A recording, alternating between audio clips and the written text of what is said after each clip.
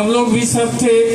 और इस बार हम लोग निबिया में 102 साल की पूर्ति पर कर रहे हैं इसे।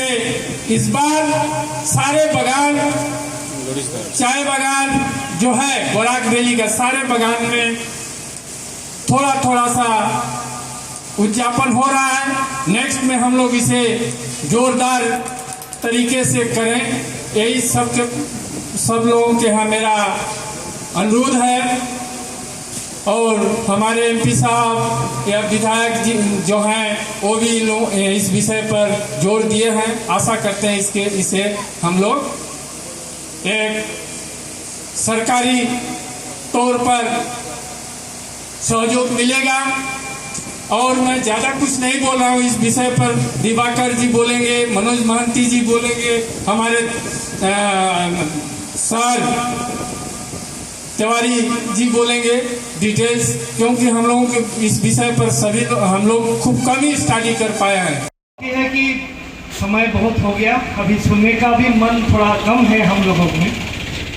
लेकिन मैं एक बात पूछना चाहता हूँ आपके बीच में कि आप में से अगर मैं पूछूं कितने लोग एक से 20 तक एक ही समय में भारत की स्वाधीनता में जान देने वाले लोगों के नाम बोल सकते हैं? कितने नाम आपके पास है या स्वाधीनता संग्राम में पार्टिसिपेट किए हैं? ऐसे स्वाधीनता संग्रामी को अगर मैं बोलूं तो आप कितने देर तक जा सकते हैं गिन के, एक एक करके नाम बोल के? आप मन ही मन में सोचिए कितना देर तक आप जा सकते हैं। पहला आ जाएगा गांधी जी, फिर नेहरू, फिर नेताजी, फिर चलो ठीक है धीरे धीरे 20 तक तो नहीं जा पाएंगे, बहुत सारे मुश्किल है, 20 तक नहीं जा पाएंगे। तो भारत का स्वाधीनता संग्राम में क्या आपके विचार से क्या भारत की, जो फिर से एक बार मैं बोलना चाहता हूं कि भारत की स्वाधीनता संग्राम में आपके विचार से 4 या 5 आदमी को छोड़ के, जो आप जानते हैं, नाम जानते हैं, इसको छोड़ के और कोई नहीं था क्या? बहुत था। तो आपको बताया नहीं क्यों गया? क्यों आपको मालूम नहीं है? क्यों इतना साल बाद हम लोगों को चरगुला एक्सोडास के बारे में बोलना पड़ रहा है? आप कभी सोचे हैं इसके बारे में क्यों ऐसा हुआ है? आप सोचते नहीं, क्योंकि हम लोगों को दिमाग में ये भूसा पड़ा गया है कि जो ब्रिटिश लोग जो बोल के गए हैं, जो उन्होंने जो बोला वही सच है और हम अभी मान भी चुके हैं। इसीलिए अपना दादाजी को या परदादा को सही है ये प्रमाण करने के लिए आप सुजीत तिवारी जैसे फिजिक्स को छोड़ के हिस्ट्री में जान डालना पड़ रहा है। बात यही है। ये चीज तो कब का हो चुका चाहिए था, लेकिन हुआ नहीं। पदार्थ विज्ञान और फिजिक्स को छोड़ के सुजीत साहब जब हिस्ट्री में रुचि लेने लगे तो इसका कारण भी तो होना चाहिए ना, कुछ धिक्कार होना चाहिए ना हमने आपको कि हम लोगों ने ऐसा बोल दिया। बहुत सारे चीज है जो हम जानते ही नहीं। क्यों नहीं जानते? क्योंकि हमको पढ़ाया नहीं गया। पढ़ाया क्यों नहीं गया? कभी पूछा है आपने कि हमको पढ़ाया क्यों नहीं गया? हमारा जो किताब जो है वो किताब में अभी तक चरगुला के बारे में कुछ लिखा क्यों नहीं गया?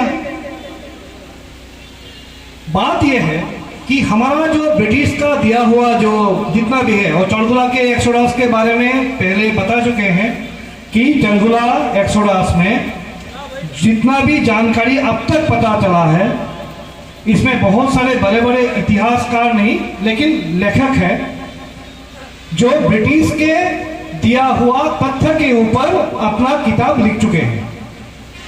और हम लोग क्या कर रहे हैं, अभी प्रमाण करने जा रहे हैं कि ये नहीं, वो नहीं था, ऐसा था, क्योंकि ये ब्रिटिश ने बोला है। पद्मा नदी की बात आ रही है सामने, ये पहले क्या नहीं था? क्या था? अपने बीच में ही था, लेकिन आपने कभी बोला नहीं। भारत का इतिहास का ही प्रॉब्लम है।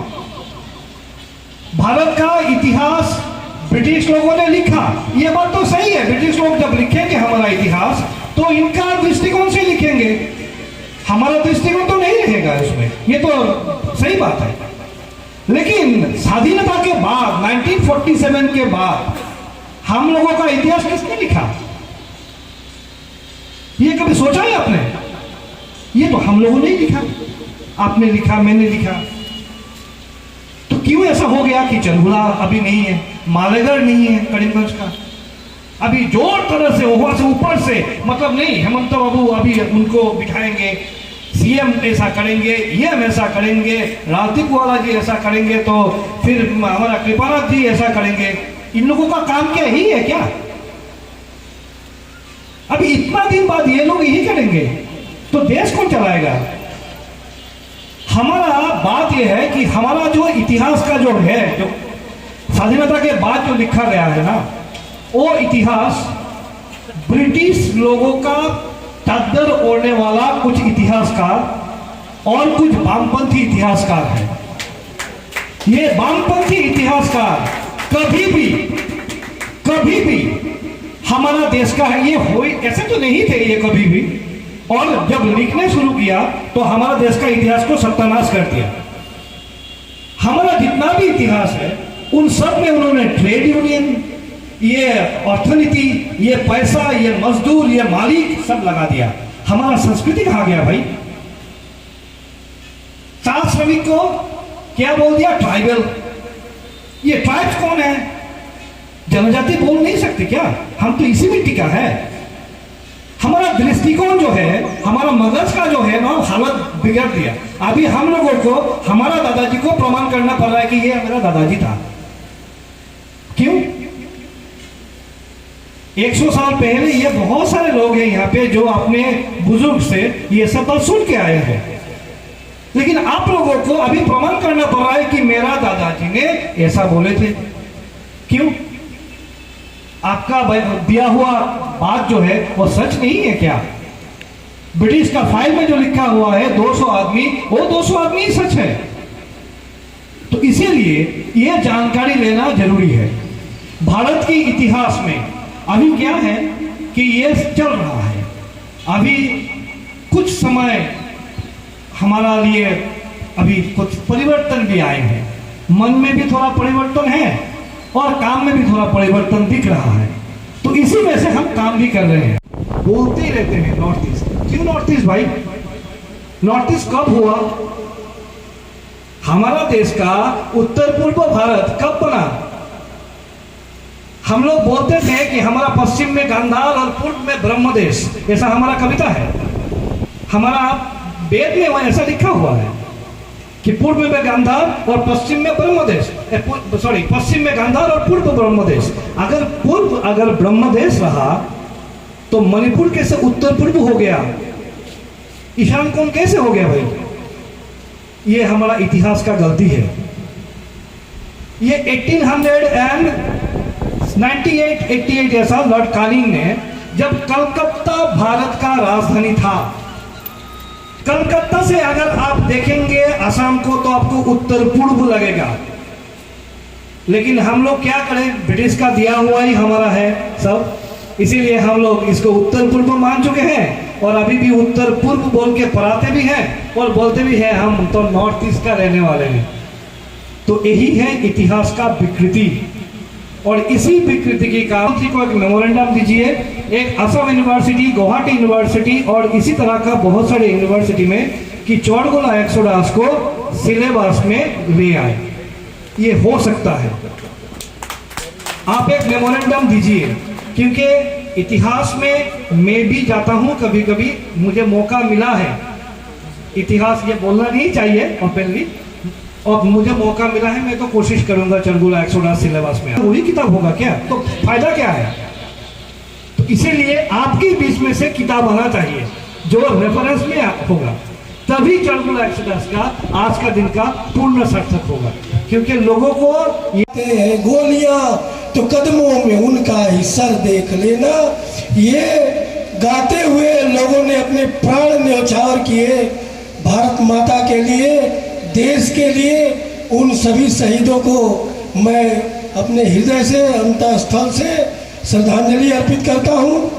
यहाँ उपस्थित मंचासीन सभी सम्मानित महानुभाव और सभा कक्ष में उपस्थित सभी सज्जन वृंद, आज का ये कार्यक्रम बहुत ही ऐतिहासिक कार्यक्रम है।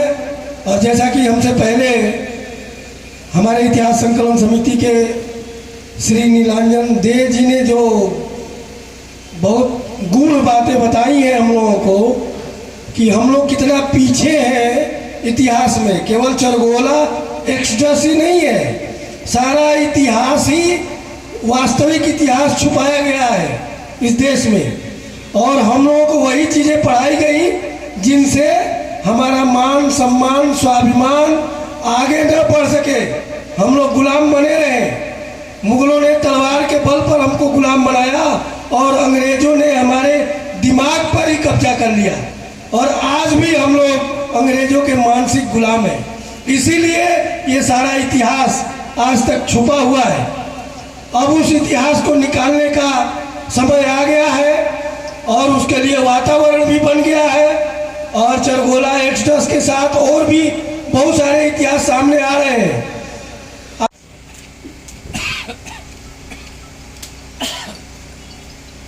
इस बीच हम लोग अपने पूर्वजों का अवदान बहुत दिन से भूले हुए थे, हम लोग याद नहीं कर पाए। ये हमारी दुर्भाग्य है।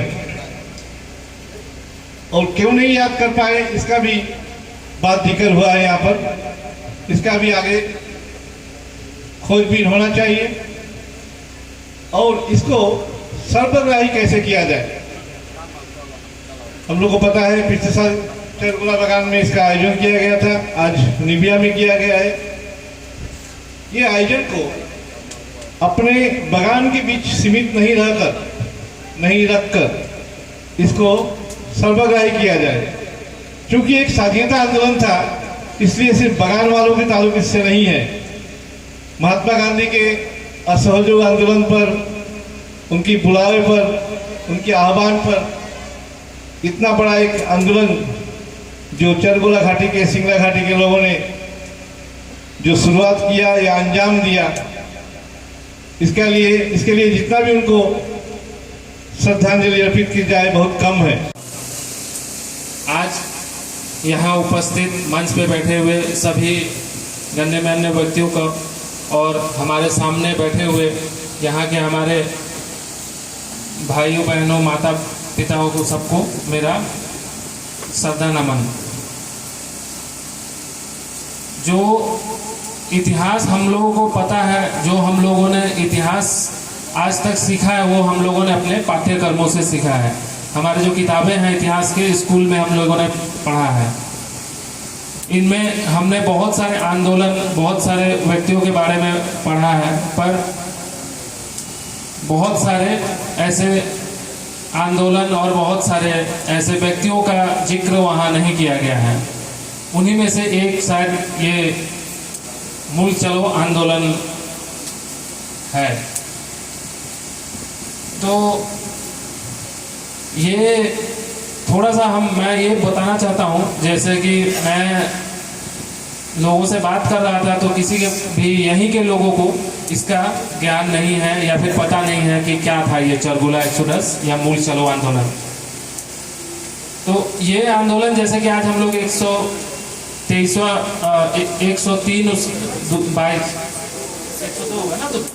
1921 में ये शुरू हुआ था। तो वो समय जो था 1920 का दशक जो था, वो भारत के इतिहास में एक बहुत महत्वपूर्ण दशक था। अगर हम लोग सोचे कि क्यों ये स्टार्ट हुआ था, क्यों ये शुरू हुआ था, तो इसका जो जड़ था वो भारत में जो असहयोग आंदोलन गांधी जी के द्वारा शुरू किया गया था। चलो आंदोलन का जो शहादत दिए हैं उन सभी शहीदों को अपना नमन करता हूं। जिस विशेष उद्देश्य से आज का यह कार्यक्रम आयोजित है, उस कार्यक्रम के जो आयोजक हैं सभी को मैं धन्यवाद करता हूं। मंच में उपस्थित सभी गुणीजनों को तथा इस सभागार में उपस्थित सभी को मैं अपना नमन, आदर, सम्मान प्रदान करता हूं। किस लिए इस दिन का हम लोग आज उद्यापन कर रहे हैं? अभी सभी वक्ताओं ने शुरू का जो चंदन जी का कविता था उसको हमने सुना, उससे शुरू करके जितने भी वक्ता है सबने कहा कि उस महान जो स्वतंत्रता संग्राम था उसमें जो बलिदान दिया था सब लोगों को सबने नमन किया। लेकिन एक बात साथ साथ सबने कहा कि हमको इसके बारे में कम ज्ञान था, हम लोग इसके बारे में जानते नहीं थे। इतिहासविद यहाँ जो उपस्थित है, जो भारतीय इतिहास संकलन योजना जो है उससे जड़ित है, उन्होंने भी कहा और उन्होंने जो मूल बातें कही कि इतिहास जो किसी ने बोल दिया उसको क्या इतिहास मानेंगे?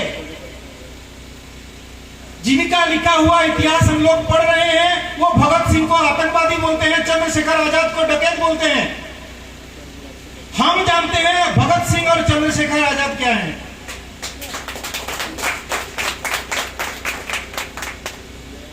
तो भाइयों, बहनों और गुणीजनों, जिस ये चरगोला एक्सोडस का जो शब्द है, शुरू में मैं कहूंगा कि उन वामपंथियों ने और जो अंग्रेजों के जाने के बाद भी अंग्रेजी मानसिकता रखने वाले लोग यहां रह गए, उन्होंने इसको एक्सोडस लिखा।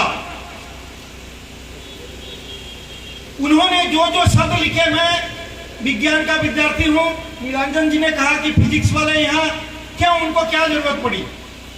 जितने भी शोध पत्र मैंने दिखा उससे आपत्तिजनक शब्द ये सब भी लिखा था।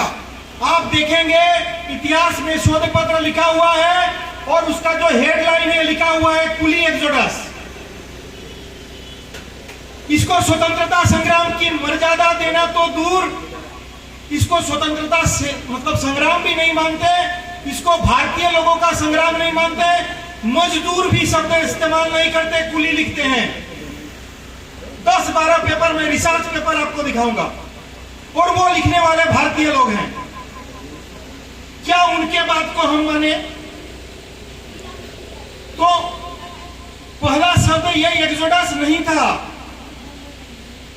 हम लोग अंग्रेजों के बात माने या देशबंधु चित्तरंजन दास, जब यह घटना घटता है, मैं सीक्वेंस से घटना का भी थोड़ा उल्लेख करूंगा ज्यादा समय ना लेते हुए, लेकिन जब यह घटना घटता है, क्यों मैं इसको स्वतंत्रता संग्राम बोल रहा हूं? जो शब्द वहां लिखा हुआ है कि 1921 में घटित स्वतंत्रता संग्राम, मुक्ति का आंदोलन, मुल्क चलो, मैं इसको अपना किताब जो आ रहा है उसमें ऐसे ही लिखा हूं। मैंने एक्सोडस शब्द का इस्तेमाल नहीं किया, ना मैं अनुग्रह करूंगा कि किया जाए, क्योंकि एक्सोडस शब्द का मतलब है निष्क्रमण या छोड़ के चले जाना। भारत के लोग भारत की भूमि को छोड़ के नहीं जा रहे हैं, अंग्रेजों के अत्याचार से मुक्ति पा रहे थे। और जब हर तरह के बेड़ियों से उनको बांध के रखा गया था, जिनको अधनंगा कपड़े तक पूरे बदन में पहनना नहीं दे रहा था, पेटियों से, बूटों से जब उनको मारकर अत्याचार कर दिया जाता था, एक जंगलों में ला करके, जंगल में आकर के, जंगल को उन्होंने बागान का रूप दिया। अभी यहाँ एक वरिष्ठ व्यक्ति बैठे सांगरायण जी के पास बोल रहे थे, बताओ पहला बागान कौन है? पहला बागान यहाँ का बरसांगन है। और वो बरसांगन पहला बागान, उसको भी जब लोगों को लाया गया, जंगलों को काट करके लोगों ने बागान बनाया। आज विश्व में सबसे ज्यादा चाय का अगर उत्पादन करने वाला है तो चाय का असम है। असम में जो चाय बागान है, ये असम को, भारत को एक अलग पहचान देते हैं। ऐसे जगह में जितने भी पुस्तक अभी तक लिखे हैं उसमें सारी की सारी वही डाटा दे दी गई जो लेबर कमीशन जो इंक्वायरी रिपोर्ट था 2021 की, 1921 की, उसका जो हूबहू लिखा है उसको लिख दिया। लेकिन वो लोगों ने यह नहीं लिखा कि जब 1921 का 1920 में खरील बागान की घटना होती है, जहां एक बच्ची के ऊपर, हीरा गोलिनी नाम की एक बच्ची के ऊपर रेगनाल्ड रीड नाम का एक अंग्रेज की कुदृष्टि पड़ती है।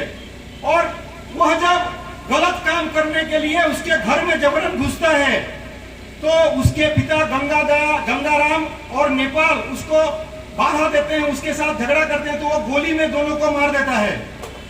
इस खबर का पूरे देश में इसका विरोध होता है और इसी के विरोध में पहले देवसरयाल दीक्षित जी के नेतृत्व में पहले 3 दिन तक बंद होता है बराक घाटी, जिसके पूरा कलकत्ता के अखबारों में भी आता है, जनशक्ति में आता है, अमृत बाजार पत्रिका में आता है। और मुल्क राज आनंद करके उन्होंने 2 लिप्स एंड ए बार्ड करके उपन्यास भी लिखा, जिसमें इसी कहानी को पूरा का पूरा उसी कहानी को उन्होंने लिखा। ये उसके बाद फरवरी में जो श्रीमंगल बगान अभी बांग्लादेश में है, अभी का